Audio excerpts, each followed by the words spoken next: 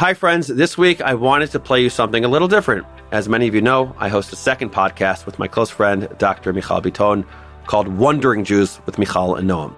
I wanted to bring you an episode we released just last week about how to think about Israel education, but in a completely different way. Specifically, the real challenge that many of us have about how to speak to our children about the difficult topic of Israel. It is difficult. It's complicated for lots of people. Different generations, different approaches. Anyway, the conversation was a really meaningful one to me as a parent, as an educator, as a podcast host, someone who speaks to you regularly. And Mijal is one of my favorite interlocutors ever, helping me think deeply about something so important. So we're playing this episode here for all of you. If you're in your 20s, I hope it means something to you. If you're in your 30s, I hope it means something to you. If you're a parent, whatever you are, grandparent, I hope it means something to you. If you like it and want to hear more conversations like this, then subscribe to Wondering Jews with Mijal and Noam wherever you get your podcasts. And as always, I want to know what you think. So you have my email, noam@jewishnunpacked.com, and share your thoughts, your reflections, your ruminations, whatever. Yalla. Let's do this.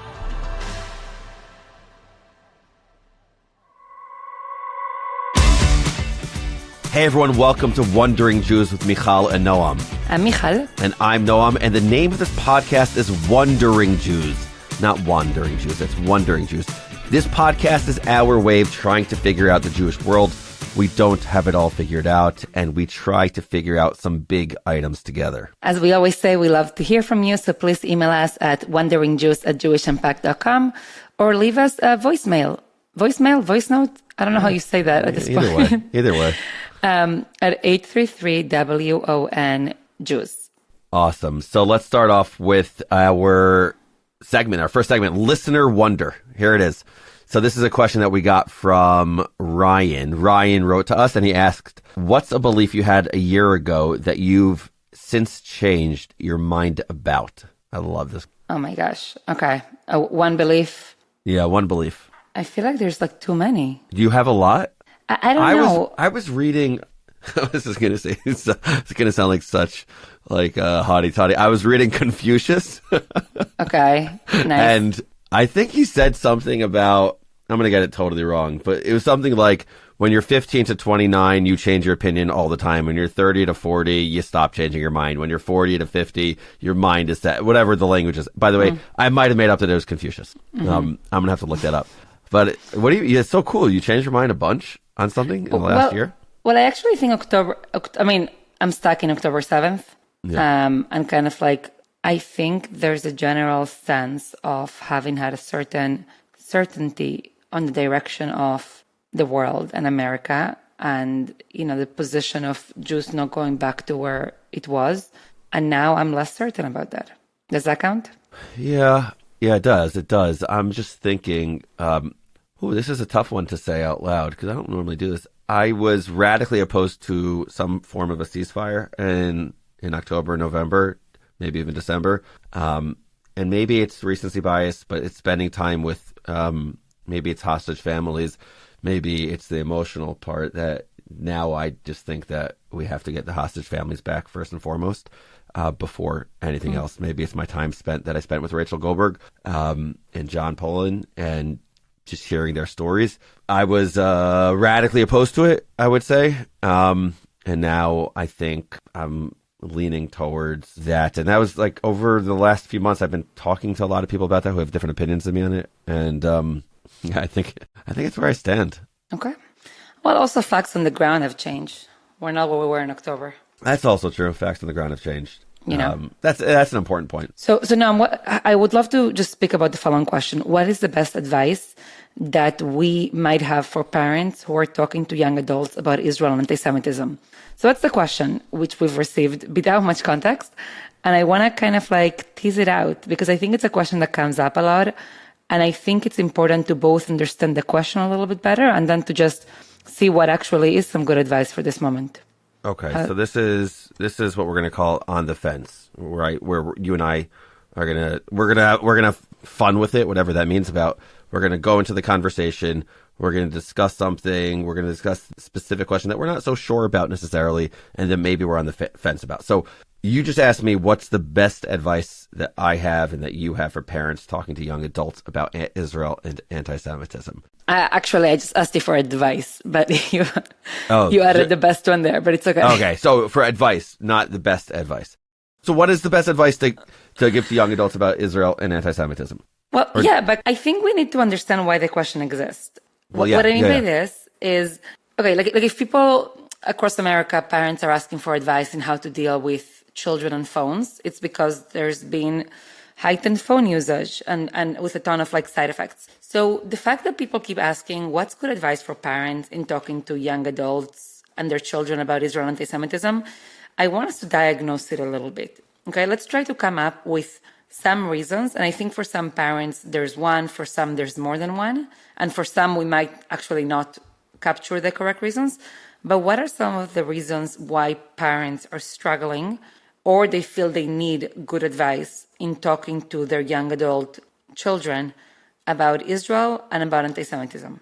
Great. I love that. So here's one thought. One thought of why people are struggling to talk about this is the concept of American exceptionalism and the fact that I think a lot of people viewed living in the United States of America as this post-historical experience for the Jewish people. So the Jewish people had lived a certain way in lots of different places. They experienced oppression, persecution, pogroms, anti-Semitism, state-sanctioned anti-Semitism, Holocausts, massacres in lots of different places, but that the United States of America would be a radically different place. And broadly speaking, it has been a different place. And this moment since October the 7th has caught people by surprise. And for the first time ever, people are questioning the concept of American exceptionalism. So Noam, are you basically saying that there's something very basic about the reality that has shifted, and so they need advice because there's rising confusion, because some very basic assumptions about the place that you're in, suddenly it's like, oh, that's not really where we are right now? Yeah, I think so. And I think it's scary for people. And I think that parents are confused about how to deal with it because they have felt so accepted for so many years. And they went to bat for so many different movements. Movements, by the way, that they deeply believe in and they're still passionate about and will fight for and advocate for. But when they saw their friends, their close acquaintances, their colleagues not feel for them, feel for their trauma, it was different. It was unique. It was a different moment. So if the first reason is like something really changed and it's confusing, so you need advice, I think you just introduced two additional points. One point is that this is something that affects the parents as well as their children. What I mean by that, it's like sometimes with parents, it's like, so parents have figured out certain things and then they just need to advise their kids on how to go ahead on their own journeys. But this is actually a big challenge that is confronting the parents as well. And they are like struggling with how to even think about it. So then it's really challenging to actually parent and give advice when you're confronted with the challenge as well. Yeah, exactly. And then the other thing that you said in your words, you mentioned the word fear. So it's not only that it's confusing, but it's that people are really afraid. And sometimes I would say it's hard for us to speak to our children when we're supposed to, as parents, have the answers. And we actually are afraid and we don't have the answers. I think that's true. And I want to add one more layer now, like you got me thinking of this. When two generations are experiencing trauma together for the first time. So it's not that parents have extra wisdom about how to deal with this because they're now dealing with something that they'd never experienced or they never thought that they experienced or they never viewed themselves as having experienced. So I think experiencing the same trauma at the same time, whatever that trauma is, creates an inability for parents to know how to cope with something that they haven't experienced until this moment. And then what does it mean to be the parent when they haven't experienced it? Right. I like how you said, like, there's like two generations of trauma that are kind of like, and then you have to figure out all the intergenerational dynamics of parenting with both going through hard things. Yes. What did I miss? What else? So there's other reasons. And with some parents, I think this is going to kind of live together. And with some, it's going to, I think, be separate. I think some parents, especially when it comes to Israel, they are nervous that they don't have enough information that their kids are going to ask them about things they read about or see on social media. And it's like, I don't know exactly what happened, in the Second Lebanon War, or like, I don't know anything about Area A and B and C and this and what happened in East Jerusalem. And I don't know how to. So I think that that's one area that like, it's almost like there's an expectation that a commitment to Israel comes with sudden in-depth expertise into one of the most complicated geopolitical conflicts in history. So I think that's like one aspect, like I'm nervous to talk to my kids about Israel. I don't know enough. And then maybe I'll bring just one more layer here, or two more layers. One more layer is, you spoke before about what happens when you have a dual trauma. So you have parents who are kind of like dealing with their own challenge and then needing to help their children dealing with their own challenge. But what happens when you have dual trauma? I don't know if that's the right word, the right language, but what happens when you have kind of like struggles and tensions, but it's not only that the two generations are struggling, but that there's also a tension between the views or the positions of the two generations. So I know parents who stand in one place when it comes to Israel and when it comes to Zionism, and even when it comes to anti-Semitism and how to understand it, and their children are in a different place, or they are afraid their children are in a different place. And they are really struggling with how to manage how to show up as a parent, speak about all of those emotions and feelings coming up, how to be a parent and how to love your children and how to raise them and guide them, and also how to stand up for your principles. Mijal, I was looking at my notes just now because I took notes earlier today about, I met with a parent at one of these elite high schools, and she said this line to me she goes, my child is embarrassed about Israel and I feel complicit. Complicit in what? In the fact that she feels embarrassed because I sent her I haven't taught her a lot about Israel. She knows very little about Zionism. So you're not saying she feels complicit about bad things Israel has done. She feels complicit in the situation of her kid being embarrassed. Yes. That's heavy. What do you say, Noam? Well, I don't say much in response to that. Meaning I listen. I listen because the mom in this case wasn't looking to me for advice. She was more just like sharing it with me, just unloading, just saying like, we have to figure out this problem in these independent schools across the U.S. because the way the child has been learning about the world has been through a little bit of an indoctrinating sort of way. And that's where I send them without giving them the history of Israel, Zionism, the Jewish story, just a New York Jew. And this is the consequence. So that line, I feel complicit, was heavy. It was heavy. That is heavy. So now I feel like from thinking about all this, there's like three main reasons. And you're much better than me on like coming up with good ways of describing them. But I'll give you the the longer sentence ways. Okay. And you can come up with better I don't know if I'm better, but phrases. Now I feel pressure. I'll try. Okay, good. I wanted to pressure you. Okay, so I think the first category is like what happens, like why are parents looking for advice on this? One is because parents themselves are going through confusion, trauma, fear. They're feeling themselves destabilized. That's one category. Second category is parents feel unprepared or like they lack the knowledge and skills to help their children with such a complex issue right now. And the third one might be like a certain misalignment, that parents and children might not be in the same place or in a similar place when it comes to something so foundational. So to me, these are like coming up as like the three main reasons, the three things that we're seeing, especially right now, post October 7th.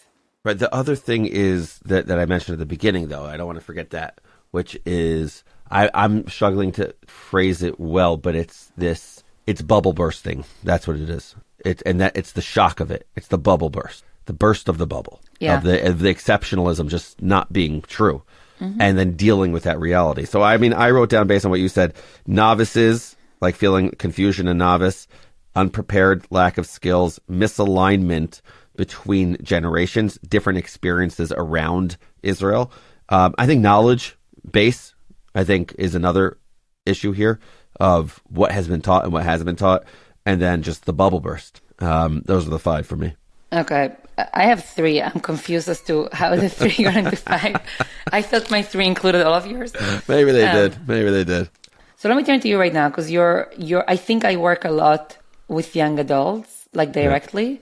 And I think that you also work with young people, but you also work a lot with parents. So let's start with you. What's the best advice based on some of this that you would give to parents in terms of talking to their kids about Israel and anti-Semitism? So I want to take a page out of your book, and I want to do a little bit of a diagnosis about parenting. Okay. Because that'll help us think through first how to parent, and then how to parent with regard to Israel and anti-Semitism. Oh, I feel so much more qualified to talk about Israel and anti-Semitism. Well, one of my favorite lines that I say too often is I was an expert in parenting until I became one. So I'm gonna borrow it. Yeah, it's like because I was a principal for many years, in which I would guide parents on how to deal with it. It's so easy to give advice. It's like so good. Well, it's also you could study it, and even right now, I'm going to give advice based on I think good research, but that doesn't mean I do it well. It doesn't mean I'm an emotional human being, so I might just go into my emotional reality. And so a note to people it's okay. We all but let's learn. So I want to start with there was a professor by the name of Diane Baumrind. Okay, and she came up with 4 different parenting styles. I think she came up with 3, but there are 4 specific parenting styles that exist in the world, and I'll describe each of them. Approach number 1 is called the neglectful parent. The neglectful parent is the type of parent that basically you can imagine this parent basically says, I'm not really around. I'm not here to be particularly responsive. I'm not going to be demanding in any sort of way. There's not going to be rules. There's not going to be structure. Oh, you want to smoke weed? You want to drink alcohol? Go for it. Whatever. I don't really care, right? We might have friends who are like that. Maybe sometimes we're like that, okay? But that's the neglectful parent. Number 2 is a very similar approach that Diane Baumrind speaks about, which is not neglectful, but permissive, okay? And this parent is the type of parent it's very similar, except they're the cool parent, okay? They're the one that will host the party, let's say, and be like, "There's no rules." Drunk with the kids. Yeah, exactly. We don't say no. The difference between them and the neglecting parent is that they're much more warm and they're much more nurturing, and that's their, so they have that, but they don't have boundaries. That's for sure. Okay. The third approach is the exact opposite, some would argue, as the first 2. It's the authoritarian. This is the approach of the parent that says, here's what you want to live in my house? Here's my house, my rules. Expectations through the roof. We are going to be strict. We're going to be specific, and you're going to have, this is what it means to live in the house. You touch alcohol, you're out. Ever heard of the concept of grounded? You're done. And did you just ask me why? Did you just ask me why? There's no why with me. Your job is to listen. My job is to tell. A lot of us probably grew up with that a little bit, or we've seen it, or we've done it. And the last style is called the authoritative parenting. And naturally, Diane Baumrind views this as the top approach. And it's somebody who's loving. It's someone who's warm. It's someone who's supportive. It's all of those things. But they're also very demanding, and they have expectations. But the way they go about it is by saying the sentence, "Come with me." I want to listen to your viewpoints. I want to hear what you have to think and what you have to feel and what you have to say. And we're going to have a very clear discussion about this. You're going to learn about my values and my reasoning. The question why, ask the question why, and I'm here to walk it through together with you. That's authoritative. So those are the 4 different parenting styles. I mean, I'm thinking. Okay. I'm like, which one am I? But I mean, aren't we all some of the time and other time? But I think there's types. You know what I mean? There's Right. you think about 80% of the time, what do you revert to, or what's your main style? And I think there's types. It's interesting. Do you know when the theory is from? It's old, right? Yeah. Oh, yeah. This is old. This is way old. Yeah. Way old. It's interesting. I mean, before we go into the Israel debate, part of what's been interesting is that American parenting has, for the past decade or so, gone into like an approach. I don't know if you've heard of like gentle parenting. No, but tell me about that. So this is not perhaps like the academic term for it or whatever, but gentle parenting is like the approach of a lot of very popular parenting gurus and people who coach and things like that, who basically are moving away from the kind of authoritarian parenting of like decades ago. And a lot of it is about kind of like nurturing your children and listening to them, and kind of like there's like almost like a therapeutic aspect of like talking to them, understanding them, not really putting your foot down with any kind of like significant consequences. And anyways, in the past couple of years, or even in the last year, there's also been a very strong pushback against gentle parenting, kind of like showing how it's getting towards the permissive place. They're just letting their kids decide pretty much everything about what their family life should look like, and thinking that they're doing it as very committed parents. So I'm just thinking about this because there's also been a very strong pushback against gentle parenting. And, even someone like Jonathan Haidt's work on, the anxious generation, there's a critique there about that kind of parenting, things like that.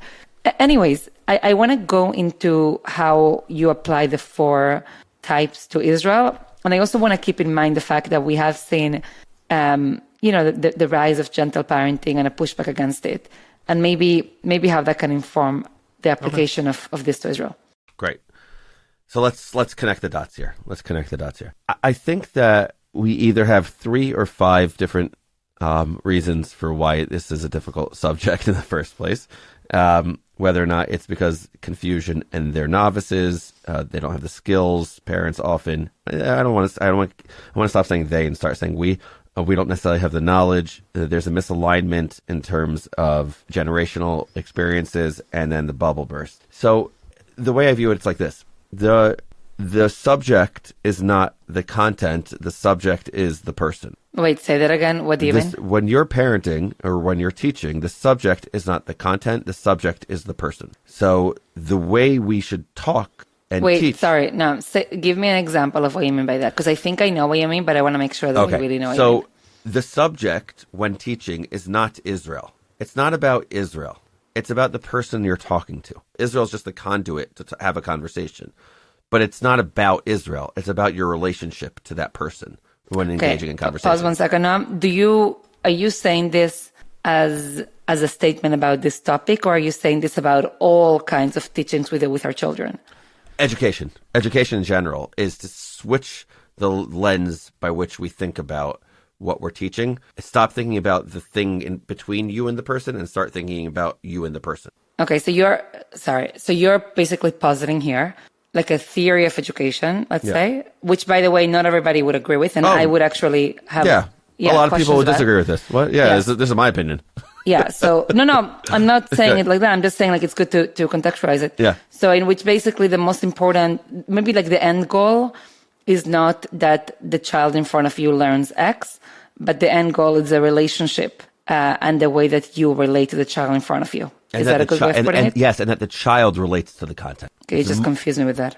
It's not about them knowing everything on the piece of paper. It's about the fact that they are going to have a relationship in a certain way to whatever is on that piece of paper. Okay, all right. So it's more relational as opposed to, empirical information knowing. Exactly. Okay. And I'm very interested in their relationship, not in this blank slate. Here's the content, and let's see how it lands on everyone.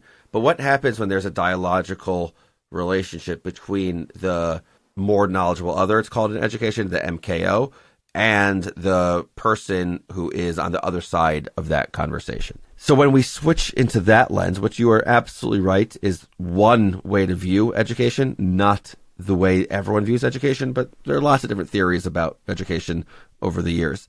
This is a theory that I want to suggest as it relates to Israel and antisemitism, is to say to my child, who are you?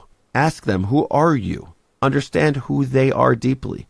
And have that authoritative approach, which engages in conversation, asks more questions than asserts statements, which wants to understand their experience, and you bring them into your experience, getting permission from them to share to have that conversation in a way that they're not just giving you one-word answers. One of the best ways to know whether or not the conversation with your child is not working is if they're giving you one-word answers or if they're avoiding you altogether. And that happens very often with the parents that I speak to, that their kids are not engaging with them, or when they do engage with them, they're answering in one word because they don't really feel like their parents are listening to them and understanding them and seeing their situation as being different from their parents' situation. And then I think by having this unbelievable, not that they know everything, not the child or the teenager knows everything at all, but the child or teenager can trust you as the parent, what that does is it opens up this doorway for genuine conversation and communication. And then the thing that the child craves more than anything is two things: care and credibility. If the child sees that the parent cares for them and the child sees that the parent has credibility with what they're talking about, then the child opens up their mind and is willing to engage in a very harmonic conversation with the parent. Okay, I'm processing. Noam, can you help me take one of the reasons why a parent wants advice on this? Give me a parent. Yeah. Tell me what are they struggling with? Are they struggling with feeling like they don't know enough, like they're destabilized, like they're misaligned? Which one it is? Yeah. And then walk me through how this helps. Okay, so let's do the generational thing. I think that's a fun one. So you stand in one place and you think or you know your kid stands in another place when it comes to Israel. Let's use that one. Okay, they've seen two different Israels, right? That's one of the challenges. They have seen two different Israels, and certainly grandparents with grandchildren. Yeah. Like one of the things that we hear often from grandparents that I love, because it's like, no, the grandparents will say to grandchildren, don't they know what it was like before 1967? Don't they know what it was like before 1948? And you know what the answer is? They don't. No.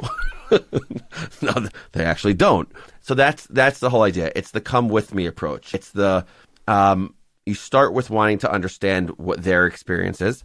You hear what their experience is. You engage in that conversation, asking them if they're interested to hear what your experience has been, what you've lived through. You then go into that and you go into the history and you share the stories of, it could be individuals, it could be of things that they experienced. And you express empathy for their experience, for what they've gone through amongst their peers, and reacting in this way, which is, I think, I have found this to be the most insightful way to deal with the challenge.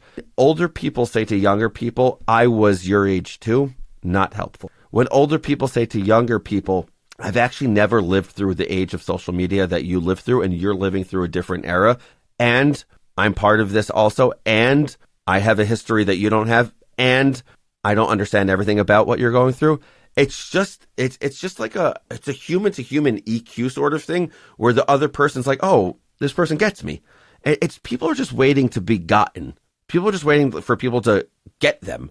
And then once people feel like the other person gets them, then once they show care and credibility, then there's the opportunity for dialogue and conversation. Okay, let's play this out now. Let's say there's like a parent who cares deeply for Israel, supporting the war efforts right now, post-October 7th, and their kid is part of the incumbents at an elite university, and their kid believes that claims around anti-Semitism are blown out of proportions, and that any support of Israel is criminal. Would you advocate for the same advice? See, but this is where the authoritative approach is. Authoritative doesn't mean wishy-washy, and it doesn't mean gentle. It really doesn't. What it means... It sounded very gentle when you were saying, I was like, oh, gentle parenting. Well, maybe it's because it's my tone. I could say it in a meaner way. But to ask permission to share your experiences with your children? Listen, I don't know. I hear you. It's not a literal, like, I'm asking your permission. It's getting a sense from them if they want to hear from you or not. Yeah, we have different parenting styles now. I'm not saying I even parent like this. Oh, okay, but wait, can you respond to what I said with the example that I gave? Would you advocate for this there? Again, so for me, the goal wouldn't be to convince them that you're right about something. The goal for me would be ensuring that the relationship stands strong no matter what. Because nothing is more important than that. That's my take. So let's tease out the advice, because we're going to give a couple of advice. And by the way, it might, different parents, different situations, different challenges. Yeah. So the core of your advice is focus more about your relationship as a parent. Yeah. And find ways to engage your child in a conversation. And your role is not to convince them of a particular position when it comes to Israel. It is to engage them and try as much as possible to continue that engagement going. But you're missing one point. And you could be affirmative about what you stand for and passionate about what you stand for. That's a critical part of authoritative parenting. A critical part of it is affirming. And this is what I believe and why I believe it. Yeah. Okay. I think, I just think it depends so much on the situation, and the parent and the child. And so I'll just say this might sound kind of like obvious, but this is advice that I got. So I guess I'll share it out. Yeah.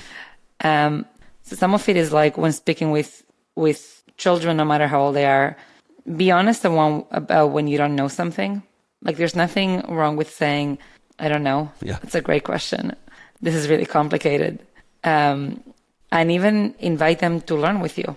I would say there's something really powerful about being honest about your own struggles and saying let me kind of, I know XYZ, I might not know the rest, but I'm struggling because of the following reasons. Use the word credibility. I think it means a lot to children when they encounter their parents as real people who have struggles, and it makes them trust you more. So that's just one thing. Another thing when it comes to lack of, and by the way, that also goes to acknowledging confusion, trauma, saying this is really confusing for me as well. Or it's scary. Maybe I'll just say two other things. One other thing when it comes to lack of knowledge, I think that it's really important to parents, for all of us to, it's funny, in some ways I think you were advocating living, focusing on the relationship and leaving some of the information stuff aside. But I also think parents, we have a responsibility to be informed. And there's no limit to how many resources are out there, even if we're not in school anymore. Yeah. So I think there's something good advice, get educated. Let's all get educated. Let's read up on things that are, listen to Noam's other podcast. You said it for me. I'm like, unpacking Israeli history. Come on. Yes, exactly. Come on. I just opened the door for you, Noam. Thank you. It was on purpose. Maybe the last thing I'll say, I think it's really important to focus on having conversations that center first principles. So what I mean by this is as follows. Thank God I have a beautiful, big family, and there's a lot of disagreements in my extended family. Some of them religious, some of them political. And there's been times when relationships kind of couldn't stand tall under the burden of that. And there were times where the relationships overcame that and were really strong and solid. And I think a lot of it was about the ability of two people, in this case parents and children, to be able to say, well, we might not agree on a particular policy, or we might not agree on a particular understanding of something that happened. But can we agree on first principles? And first principles might be love for the Jewish people. First principles might be a safe haven. There's a bunch of first principles that can be put on the table. And I find it really healthy for relationships to always try in conversations to remind ourselves before we go into them, what are my first principles? And can we have a conversation that doesn't get lost in details, that we can't kind of name these foundational principles and have, a real conversation around it. Do you have also values or rules or whatever description for times which you are willing to have these debates, and times where this is a politics, religion free zone, I don't know, at the Shabbat table, that sort of thing, where we're actually we're going to agree to not do this conversation here? Yeah, I think that's really important. That's really good advice. Just to be conscious and intentional as to when you're having the conversations and where and with whom. Yeah. And not to feel pressure to always have them. Yeah. It's funny, I can think of examples in which we should have put rules and we didn't. Yeah. And examples in which we had rules and they helped. And so much of it is about just looking around and seeing who are the people, what can they handle, where are they? Yeah. And don't forget that a conversation that for one person can feel detached, debate, intellectual, for another person can trigger the most personal, vulnerable you know what I mean? Points ever. Yep. So I think there's like real wisdom there in actually curating discussions and trying to figure out how to be responsive, how to initiate, how to be a resource for our children, and how to do so in the way that you said, Noam, that lets them do so in the context of a relationship and in the context of becoming their own people. I have one last piece of advice on this. This is just like a tactical piece. Sometimes young people feel like people are staring at them, the spotlight effect. Well, we all feel that at different times, but like adolescents really, when they're going through their identity development, and something I studied for years, but it was the identity development of teenagers specifically is a fascinating time, and young adults. And one of the things that you could do as a parent is, I think I learned this from my parents, and they're clinical. So really, both of them. Yeah. They're both private practice. No, this explains a lot. Yeah, it explains a lot. I know. Oh my gosh. Okay. Yeah. Okay. Sorry. Yeah. Okay. Next episode. And one of the things that I think I learned it from them. Let's give them the credit for it either way. Is it can be very difficult to have a serious conversation with eye contact. Very hard. But if you just kind of are having a by the way conversation, you're doing something else, you're shopping at Target, you're brushing your teeth in the same room, and you're just like talking to each other, but like not making it feel so heavy. The other person is much more open because they don't feel like they're being put on the spot. They don't feel like they're being challenged. They're just open at that point because you're you're driving, let's say, and you're not necessarily making eye contact. You're just, oh, by the way, I wanted to, you're not making it so overly serious, which makes it heavy, which could shut some people down. And the goal in a relationship is to open people up. And like my dad always says, vulnerability is the currency of intimacy. And it's the ability to be vulnerable with each other is like really important in relationships, to be close. And that's the currency, and how you do that really matters. Yeah, that's powerful. Maybe I'll add one more thing here that I think a lot about. I think parenting, it's easy to talk about. It's so hard to do. Yeah. So hard to do. I'll just name that. And I think a lot that parenting is a work of faith. By faith, I mean like I'm thinking like a you invest, you put, you plant, and you don't fully know what you'll see and when, and how things turn out. And there's like a faith there that somehow it matters, and somehow, there'll be, I don't have such good language right now. There's a real faith there, I think, that we invest in our children and we love them and give to them. And I think the faith is that they will know they are loved and they will become people, right? That reflect that knowledge in the world. And I know that I have been, like, personally, I think a lot about the love that sustains me. I think about my grandmother, my parents, and like what it means to walk around knowing that you're loved. And this matters for Israel conversations, because I think we can get an anti-Semitism. We can get so caught up in the what to say and the emotions and how difficult it is. And it's all true. And I think with all this, if we can always remember to help our children feel loved, that's maybe at the core of everything. Love it. And if we love Israel and we love them, yeah, it translates. I think it often does. Mijal, that was a lot of parenting. I'm going to go try to be a parent now and enjoy. Have fun. And much easier to talk about it, right? Much easier talking about it than to do. So I think both of us can acknowledge that as we wrap this up. So thanks so much, Mijal. Great talking to you about this. Wandering Jews is a production of Unpacked, a division of OpenDor Media. Subscribe to Wandering Jews wherever you're listening to this pod, and follow Unpacked at all the social media places. Just look for @JewishUnpacked. And most of all, be in touch. Write to us at wonderingjews@JewishUnpacked.com. This episode was hosted by Mijal Bitton and Noam Weissman. This show is researched by Hona Dodge. Audio is edited by me, Rob Pera, and we're produced by Rivki Stern.